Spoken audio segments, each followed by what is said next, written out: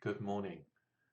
I have to admit I'm feeling a bit anxious at the moment and a little bit uncertain about what the right thing to do is about our church. I was expecting the Prime Minister to say on Monday night that places of worship would have to close as part of the current lockdown, and I was surprised when he said that they could remain open for communal worship. Uh, Things have become a little clearer, and it's the case that churches are allowed to remain open not just for worship on Sundays, but also for individual private prayer. And so our church has opened each day, and we have continued to do our regular cleaning and to uh, do all the things that ensure that it remains a relatively low risk to come into the church and light a candle and say a prayer. And I'm really glad that we've been able to do that. I know how much that's appreciated by the people who do that. Spoke to somebody just half an hour ago who said that how much it meant to them to be able to light a candle in memory of someone very dear to them who has recently died. So I hope that other things being equal, the church will be open every day as we've advertised as a place of reflection, peace, and hope. The harder one is actually Sunday mornings and our regular worship when people are gathering, and that's where the greatest risk is. We have got a good risk assessment in place, and I think we've got good, robust procedures for mitigating the risks of that gathering. But what is really important is that we actually follow the guidelines that we're given, and in particular, the social distancing and not mingling. And if I'm honest, we've not been so good at that in recent months. I guess it's very hard to keep things up for a long time, and it's very easy to slip back into the way that we used to do things and the way we prefer to do things. So, what I'm going to say on Sunday is that I will ask people to only sit on as one household per pew and not to sit with anyone else from a different household, even on the same pew.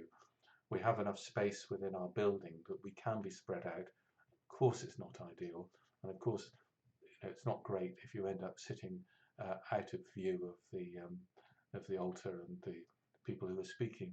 But better that than risk cross contamination between different households because hands go on the pew as you walk along, or worse still, if you just simply sit too close to each other. And I have to say, sadly, some people have not even been observing the 1 metre plus rule, let alone the 2 metre plus rule, when they've been sitting in pews. So uh, I hope to encourage people to do that. I hope people will follow that. The other thing is, and it's such a good part of coming to church, is that afterwards it's just lovely to catch up with people and to talk with them, but we cannot do that anymore. And uh, in order uh, to really emphasize that, I have talked with colleagues and we have agreed that after the service, we won't go to the back of the church and we won't stand there greeting people and speaking to people, because of course that encourages all of us to stand around and talk, and we must not do that because that is one of the highest risks that we have when we gather together and spend time with each other.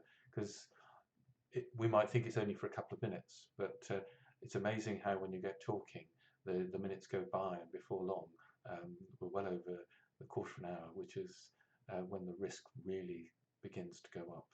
So we will keep Sunday worship under regular review, and the last thing I want to do is to have to stop worshipping God together on a Sunday.